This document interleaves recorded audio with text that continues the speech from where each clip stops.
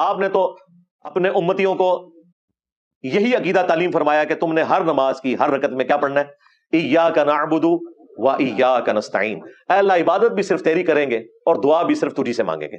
یہاں نستعین میں وہ مدد مانگنا ہے جو دعا کے طور پر ہو، ایک مدد وہ ہے جو ہم ایک دوسرے کی کرتے ہیں، وہ تو قرآن میں حکم ہے وَتَعَاوَنُوا عَلَى الْبِرِّ وَالتَّقْوَى وَلَا تَعَاوَنُوا عَلَى الْإِثْمِ وَالْعُدْوَانِ، نیکی اور پرہیزگاری کے کاموں میں ایک دوسرے کی مدد کرو اور برائی میں ایک دوسرے کی مدد نہ کرو، یہ تو جائز ہے، بلکہ حکم ہے کہ ایک دوسرے کی مدد کریں۔ لیکن ایک بندہ میرے سامنے موجود نہیں ہے، بغداد میں ہے، قبر کے اندر ہے، اور میں کہتا ہوں جی غوث پاک 2 بوتلیں نیسلے دیا بھیج دو، غوث پاک نہیں بھیج سکتے بھائی 2 بوتلیں نیسلے کی۔ ہاں وہاں آپ فون کر کے کسی سے کوئی منگوانا چاہیں وہ ایک علیحدہ بات ہے، قبر والے کے ساتھ آپ کی کمیونیکیشن نہیں ہو سکتی، یہ غائب میں پکارنا ہو جائے گا، اور یہ اسلام میں شرک ہے۔ کہتے ہیں کہاں لکھا ہے؟ قرآن میں لکھا ہے سورۃ النمل میں، امن یجیب المضطر اذا دعا ویکشف السوء ویجعلکم خلفاء الارض االہ مع اللہ، بھلا بتاؤ تو کون ہے جو مصیبت اور پریشانی میں گھرے ہوئے شخص کی فریاد کو سنتا ہے اور اس سے اس کی تکلیف کو دور کر دیتا ہے اور تمہیں زمین پر اگلوں کا خلیفہ کرتا ہے؟ کیا اللہ کے ساتھ کوئی اور معبود بھی ہے جس کی یہ کوالٹیز ہوں؟ قلیلا ما تذکرون، بہت کم ہی تم نصیحت حاصل کرتے ہو۔ اس آیت کے تحت جو شخص عبد القادر جیلانی کو دعا میں پکارتا ہے، ان سے مدد مانگتا ہے، گویا وہ انہیں معبود مانے ہوئے ہے، چاہے وہ اللہ کا بندہ سمجھ کے اور چاہے کوئی منی گاڈ سمجھ کے، کیونکہ یہاں اللہ تعالیٰ فرما رہے ہیں کہ کیا اللہ کے ساتھ کوئی اور معبود ہے جو تمہاری مصیبت اور پریشانی کو سنے اور تکلیف دور کرے؟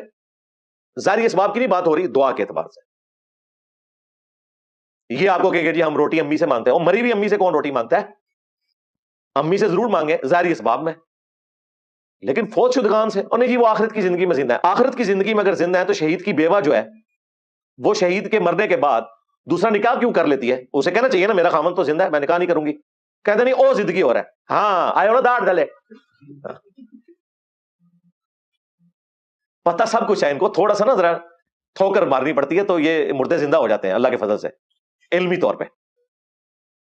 تو ظاہری اسباب اللہ تعالیٰ نے جو رکھے ہوئے ہیں وہ اللہ نے پانی کو پیاس بجھانے کا ذریعہ بنایا ہے، کھانے کو بھوک مٹانے کا ذریعہ بنایا ہے، لیکن ہم پانی یا کھانے والی چیزوں کو مدد کے لیے نہیں پکارتے۔ ورنہ میں نے اکثر بتایا کہ اس پلانٹ ارتھ پہ سب سے بڑا اگر کوئی مشکل کشا ہے نا مخلوقات میں تو وہ سورج ہے۔ سورج کی وجہ سے زمین پہ موسم بدلتے ہیں، سورج کی وجہ سے ہوائیں چلتی ہیں، سورج کی وجہ سے سمندروں کا پانی ایویپوریٹ ہو کے بارش کی شکل میں ہمارے اوپر برستا ہے اور گلیشیئرز کی فارم میں سٹور ہوتا ہے پہاڑوں پر، اسی سورج کی تپش کی وجہ سے وہ پہاڑ پہ رکھی ہوئی برف پگھلتی ہے اور وہ دریا جاری ہوتے ہیں زمین پر بھی، زمین کے نیچے بھی، اور اس پانی سے ہم انرجی حاصل کرتے ہیں، اور سورج کی وجہ سے ہی یہ جو پانی حاصل ہوتا ہے یہ پودوں کو لگتا ہے اور پودے اپنی خوراک تیار کرتے ہیں، ان پودوں کو جانور کھاتے ہیں اور ہم ان جانوروں کو کھاتے ہیں اور ان پودوں کو کھاتے ہیں۔ اس پلانٹ ارتھ پہ زندگی اگر کسی کی وجہ سے آباد ہے تو وہ سورج ہے، سورج مر جائے زندگی ختم ہو جائے۔ کیا ہمیں کبھی وہم بھی ہوا کہ ہم سورج کو مدد کے لیے پکارے؟ جو سب سے بڑا مشکل کچھ ہے، کہتے ہیں جی دیکھو نا جی ڈیوٹیاں لگی ہیں نا، ڈیوٹی سورج دی نہیں لگی ہوئی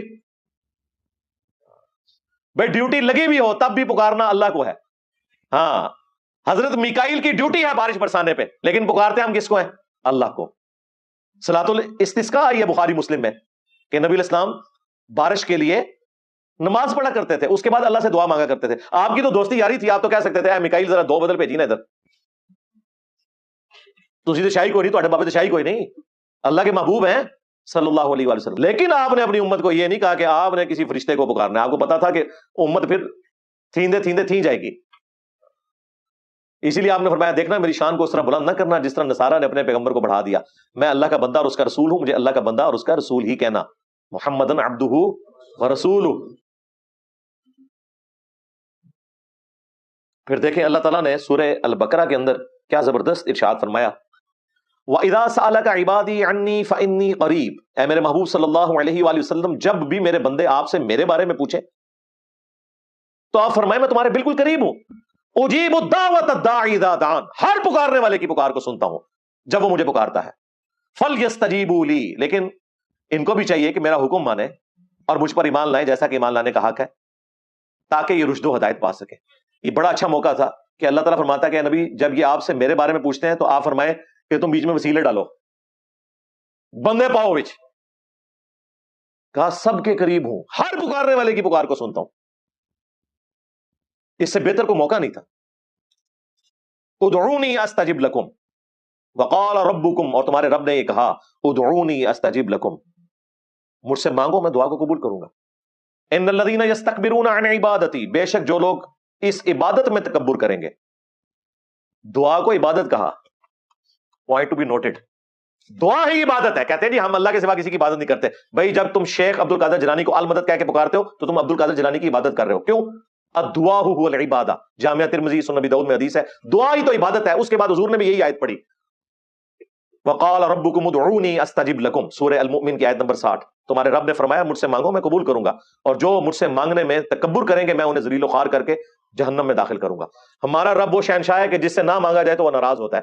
دنیا کے شہنشاہ مانگنے کے اوپر ناراض ہوتے ہیں، اور ہمارا رب وہ ہے کہ اس سے نہ مانگا جائے تو وہ ناراض ہوتا ہے.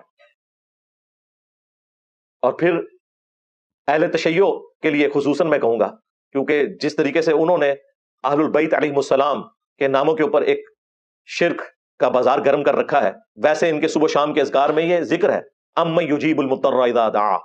اندازہ کریں سب سے سخت آیت توحید کے حوالے سے، جس میں اللہ نے کہا کہ اللہ کے سوا کسی اور کے بارے میں عقیدہ نہ کہ وہ دعا سنتا ہے، تو گویا تم نے اسے معبود مان لیا. یہ شیعہ کے صبح شام کے اذکار میں ہے، لیکن بغیر ترجمے کے پڑھتے ہیں نا. ترجمہ پڑھے تو پتہ چل جائے کہ یا علی مدد کہاں سے نکلا ہے بیچ میں سے. اور پھر مولا علی علیہ السلام کا جو مکتوب نمبر 31 ہے نہج البلاغہ میں، حسن ابن علی کے نام جب جنگ صفین سے واپس آ رہے تھے تو حضرت علی نے ایک خط حسن ابن علی کے نام وصیت کے طور پر لکھا. ویسے تو وہ حضرت علی کے ساتھ ہی تھے، لیکن ان کو وصیت کر رہے تھے کہ زندگی موت کا پتہ نہیں ہے. اس کے سٹارٹ بھی انہوں نے کہا کہ یہ اس باپ کی وصیت ہے جس نے عنقریب فنا ہو جانا ہے اور باقی رہنے والی اللہ کی ذات ہے.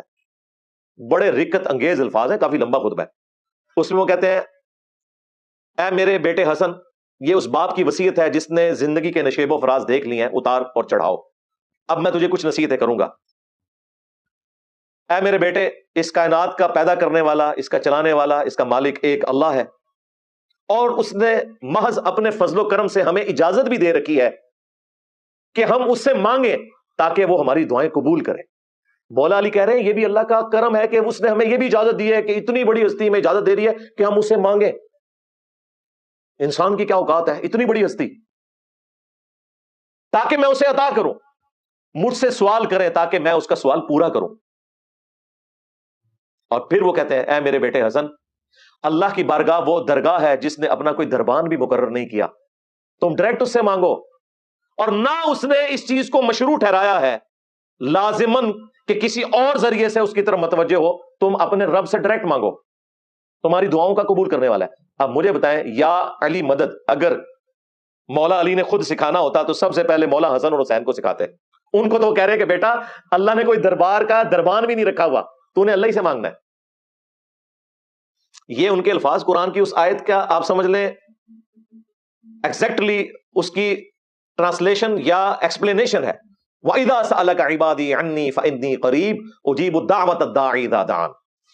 اے میرے محبوب صلی اللہ علیہ وآلہ وسلم، جب میرے بندے تم سے میرے متعلق سوال کریں تو تم فرماؤ میں تمہارے بالکل قریب ہوں، ہر پکارنے والے کی پکار کو سنتا ہوں. اس کو ہمارے استاد ڈاکٹر اسرار صاحب رحمہ اللہ کہتے تھے یہ انسانیت کا میگنا کارٹا ہے، جو 16 اور 17 صدی عیسوی میں گریٹ برٹن نے ایک قانون بنایا تھا میگنا کارٹا، کہ ہر شہری کا یہ رائٹ ہے کہ وہ اپنے حکمران سے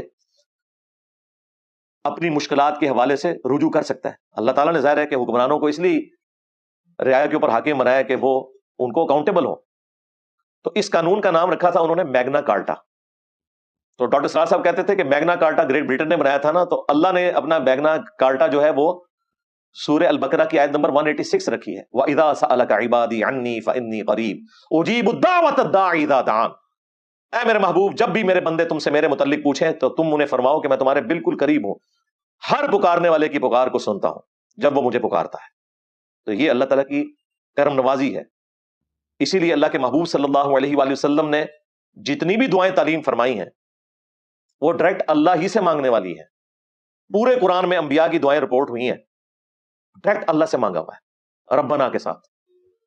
ایون نبی علیہ السلام نے جو مصیبت اور پریشانی سے بچنے کے وظائف بتائے ہوئے ہیں وہ ڈائریکٹ اللہ سے مانگا ہوا ہے.